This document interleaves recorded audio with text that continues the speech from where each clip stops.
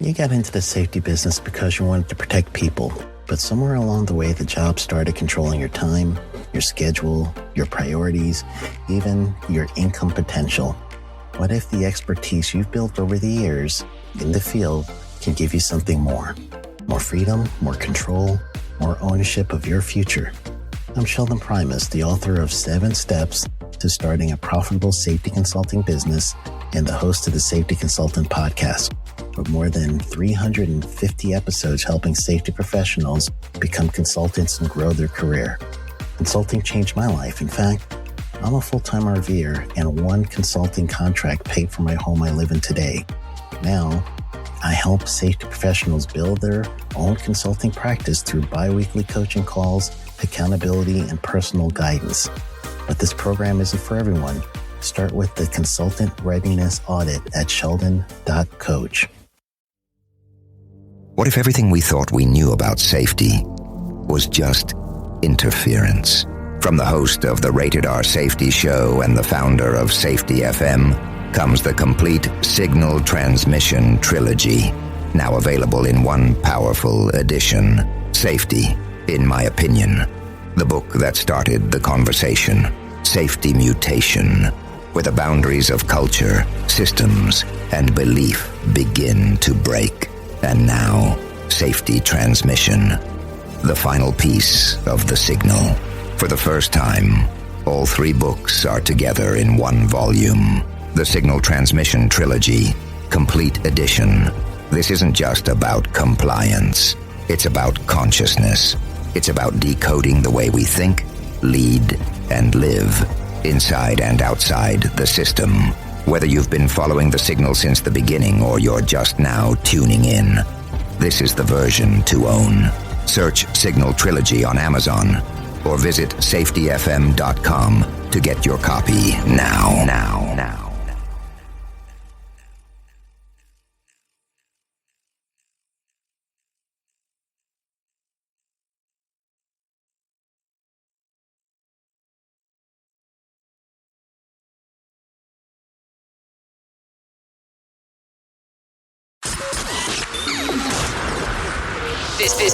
This show is brought to you by Safety FM.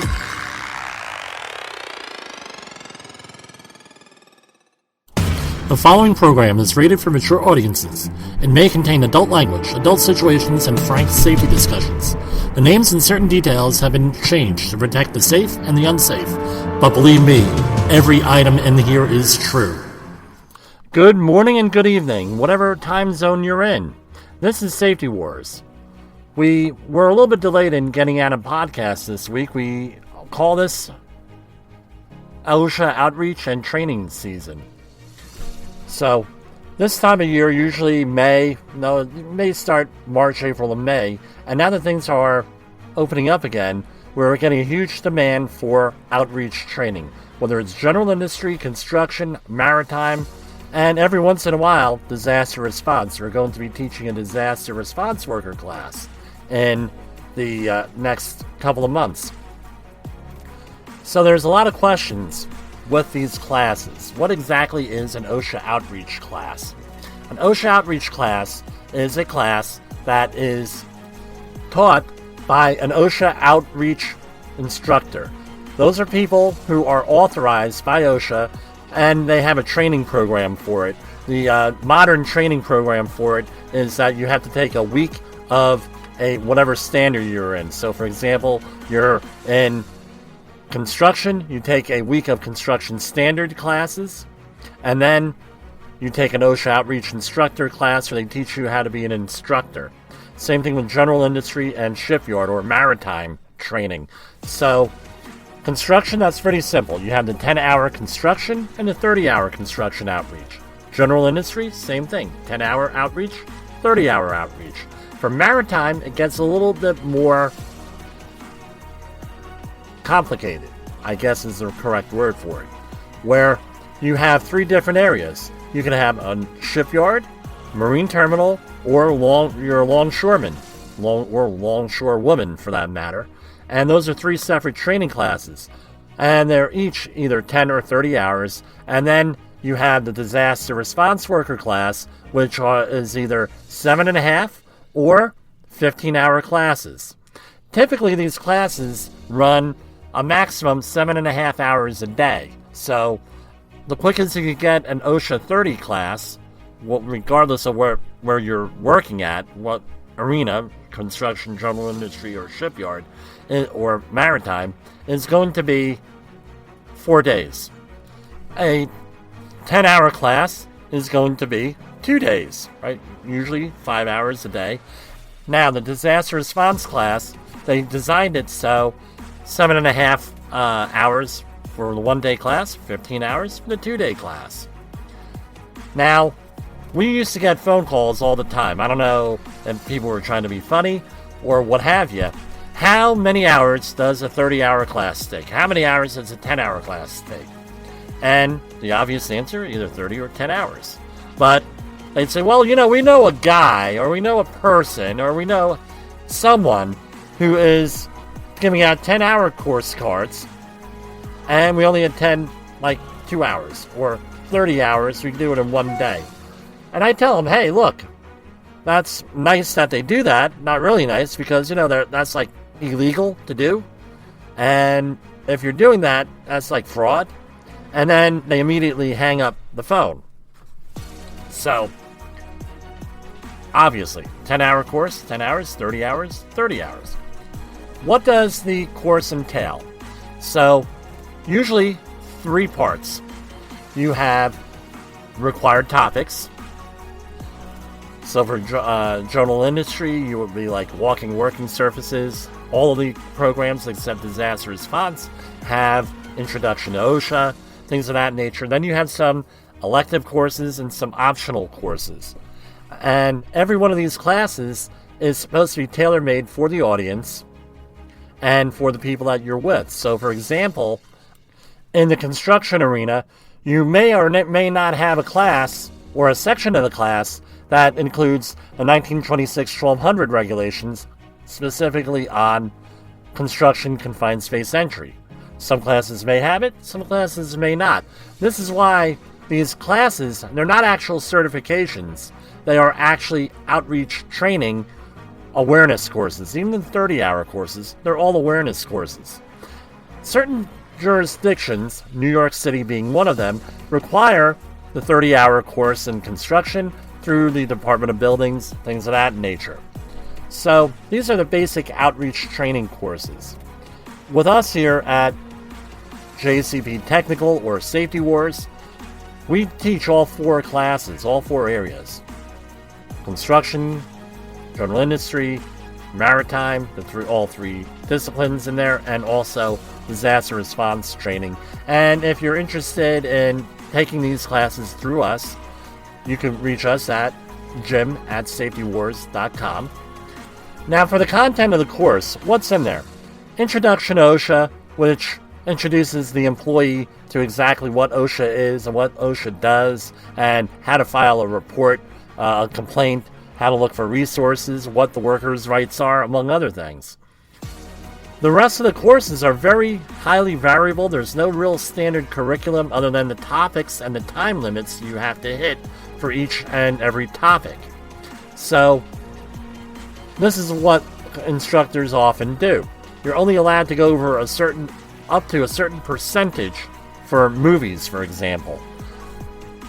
At times in the past, what have they done? Instructors would throw in a movie, and that would be the whole topic.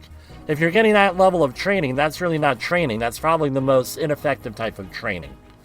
The types of training that you want an effective instructor to have is something that's interactive. Something maybe a little bit funny, a little bit memorable. You have to have props. You have to have something tangible.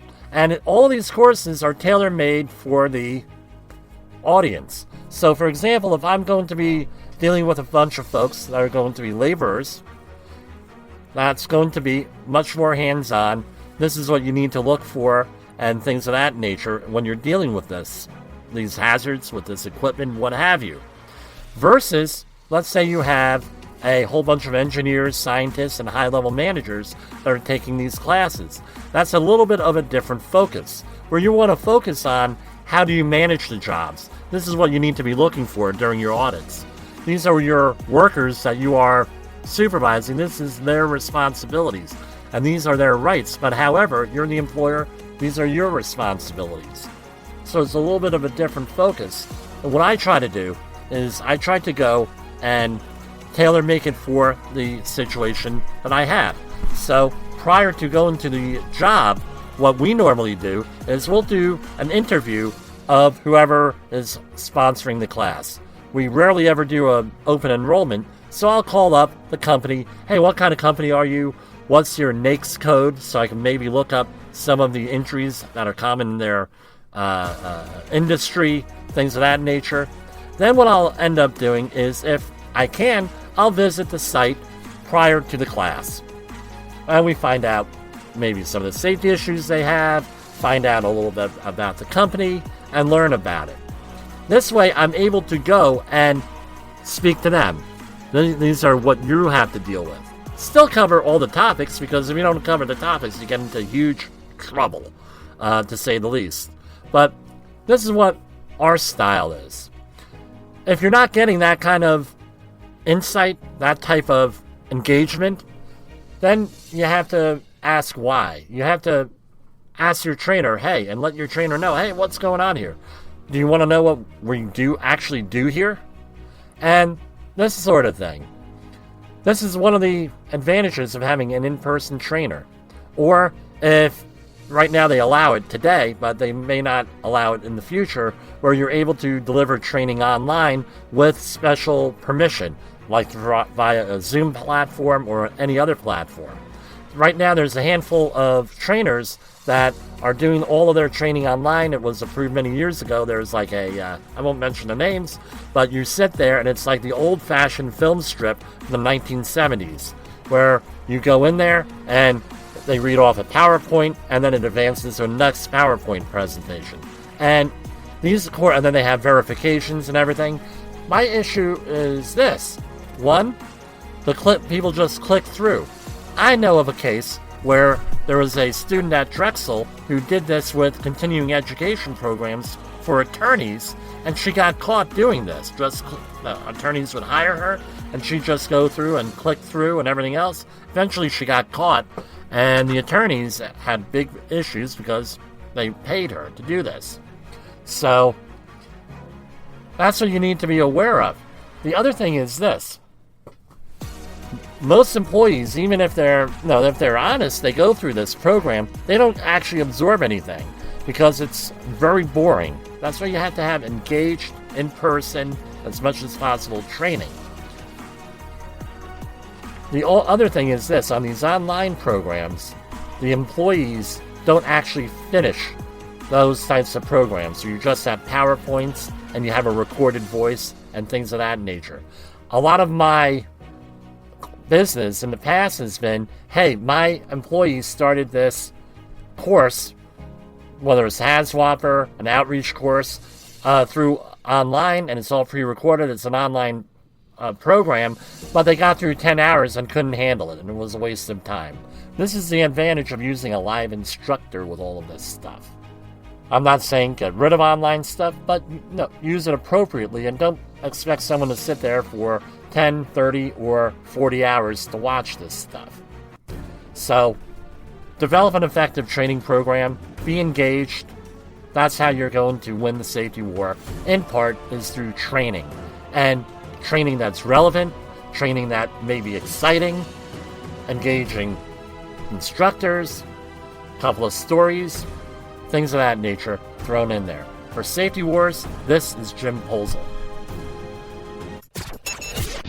The views and opinions expressed on this podcast are those of the host and its guest and do not necessarily reflect the official policy or position of the company. Examples of analysis discussed within this podcast are only examples. They should not be utilized in the real world as the only solution available, as they are based only on very limited and dated open source information. Assumptions made within this analysis are not reflective of the position of the company. No part of this podcast may be reproduced, stored in a retrieval system, or transmitted in any form or by any means, mechanical, electronic, recording, or otherwise, without prior written permission of the creator of the podcast, Jay Allen. You got into the safety business because you wanted to protect people, but somewhere along the way, the job started controlling your time, your schedule, your priorities, even your income potential. What if the expertise you've built over the years in the field can give you something more? More freedom, more control, more ownership of your future. I'm Sheldon Primus, the author of 7 Steps to Starting a Profitable Safety Consulting Business and the host of the Safety Consultant Podcast, with more than 350 episodes helping safety professionals become consultants and grow their career. Consulting changed my life. In fact, I'm a full-time RVer, and one consulting contract paid for my home I live in today. Now, I help safety professionals build their own consulting practice through bi-weekly coaching calls, accountability, and personal guidance. But this program isn't for everyone. Start with the Consultant Readiness Audit at sheldon.coach. What if everything we thought we knew about safety was just interference? From the host of the Rated R Safety Show and the founder of Safety FM comes the complete Signal Transmission Trilogy, now available in one powerful edition. Safety, in my opinion, the book that started the conversation. Safety Mutation, where the boundaries of culture, systems, and belief begin to break. And now, Safety Transmission, the final piece of the signal. For the first time, all 3 books are together in one volume. The Signal Transmission Trilogy, Complete Edition. This isn't just about compliance. It's about consciousness. It's about decoding the way we think, lead, and live, inside and outside the system. Whether you've been following the signal since the beginning or you're just now tuning in, this is the version to own. Search Signal Trilogy on Amazon or visit safetyfm.com to get your copy now.